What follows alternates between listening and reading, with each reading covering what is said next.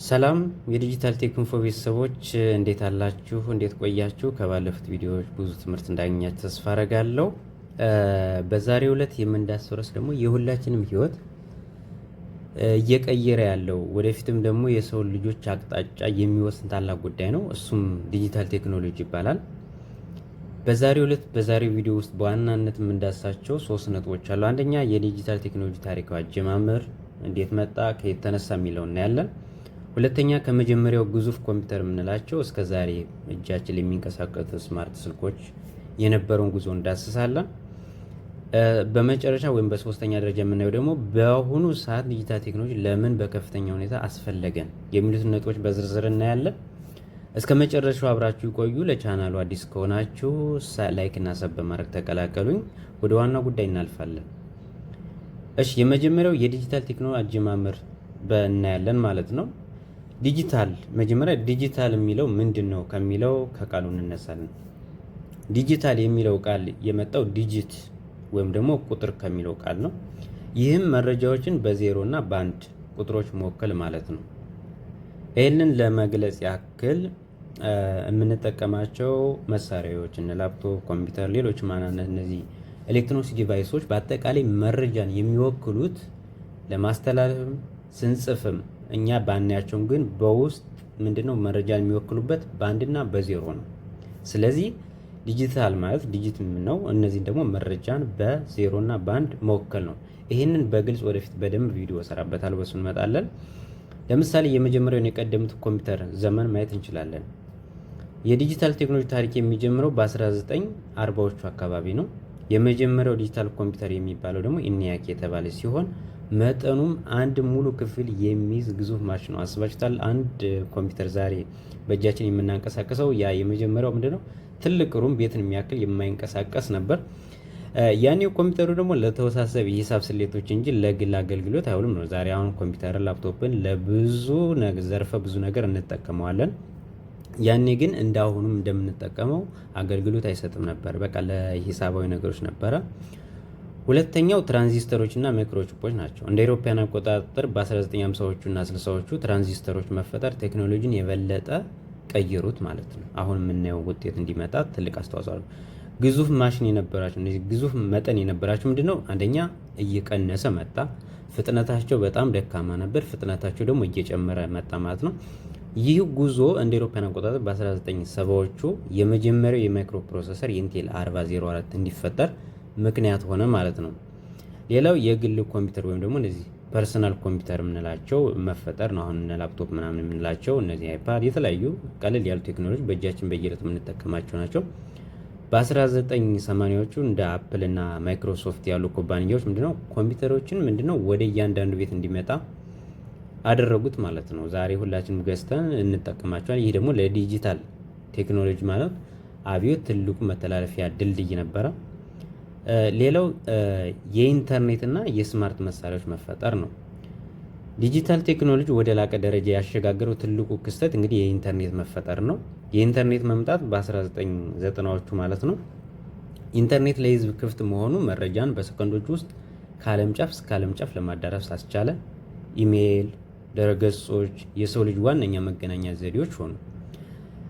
ሌላው የሞባይል አብዮት የምንለው አለ። እንደ አውሮፓውያን አቆጣጠር በ2007 ማለት ነው የመጀመሪያው አይፎን ይፋ ሲደረግ ዲጂታል ቴክኖሎጂ ደግሞ ከጠረጴዛ ላይ ተነቅሎ ምን ሆነ ማለት ነው በእያንዳንዳችን ኪሳችን በእጃችን ይዘነው የምንንቀሳቀስ እንዲሆን ትልቅ አስተዋጽኦ አድርጓል።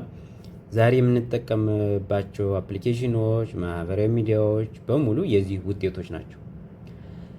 የዲጂታል ቴክኖሎጂ አስፈላጊነትን በጣም ማየት ያስፈልጋል። ምክንያቱም ሲስተሙን ስንረዳ የምንጠቀማቸው መሳሪያዎች፣ አገልግሎቶች ስንረዳ እኛም ተጠቀምች ነው። አሁን በደረስንበት ዘመን ያለ ዲጂታል ቴክኖሎጂ ህይወትን ማሰብ ይከብዳል። አስፈላጊነቱን ደግሞ በሚከተሉት ነጥቦች ማስቀመጥ እችላለሁ። አንደኛ ለመረጃና ለትምህርት። በቀድሞ ዘመን አንድ መረጃ ለማግኘት ቤተ መጻሕፍት መሄድ ግድ ነው። ዛሬ ግን በጎግል እነዚህ በጣም አዳዲስ የመጡ ዌብሳይቶችን በመጠቀም በዩቲዩብ አማካኝነት ማንኛውን እውቀት በቤታችን ሆነን እውቀት እንድንቀስም አስችሎናል። ሁለተኛ ደግሞ ለግንኙነት ወይም ኮሚኒኬሽን ነው። የቱንም ያህል ርቀት ላይ ብንሆን በቪዲዮ ጥሪ፣ በዋትሳፕ ወይም በቴሌግራም በመሳሰሉት ማለት ነው መገናኘት ይችላል። ይሄም ደግሞ የርቀትን ግንኙነት ከመቼውም ጊዜ በላይ ቀላል አድርጎታል። ሶስተኛው ለስራና ለንግድ ዲጂታል ቴክኖሎጂ የስራ ባህላችን ቀይሮታል። በኦንላይን መስራት ሪሞት ወርክ የምንለው ማለት ነው። ኢኮሜርስ ንግድ፣ ኦንላይን ሾፒንግ በአሁኑ ሰዓት አማዞን በተለይ እንደየሀገሩ የተለያዩ ዌብሳይቶች አሉ ሾፕ የምናደርግባቸው።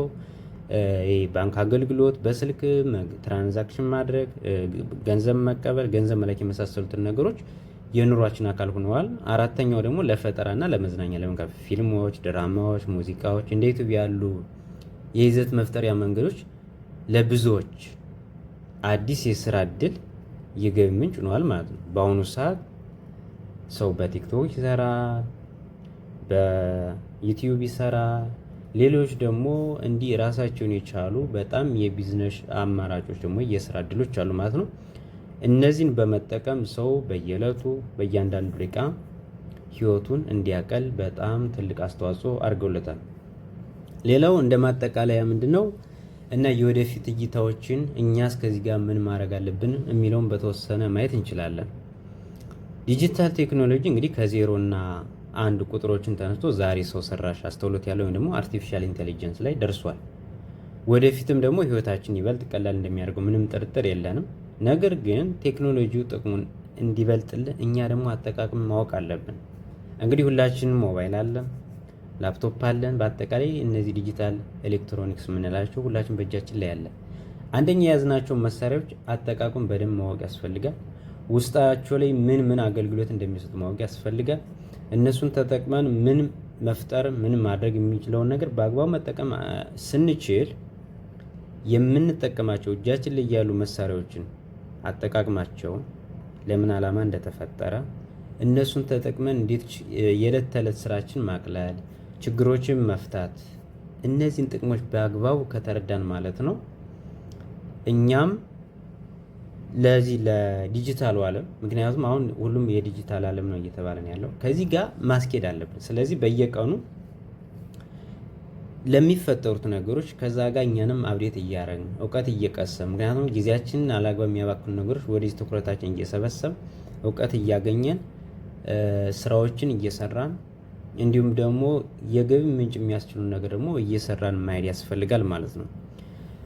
የዛሬው ቪዲዮ በአጠቃላይ ይህን ይመስል ነበረ። ስለ ዲጂታል ቴክኖሎጂ ታሪክ አስፈላጊነት እናንተ ያላችሁን አስተያየት ወደፊትስ ደግሞ የት ይደርሳል ብላችሁ ታስባላችሁ?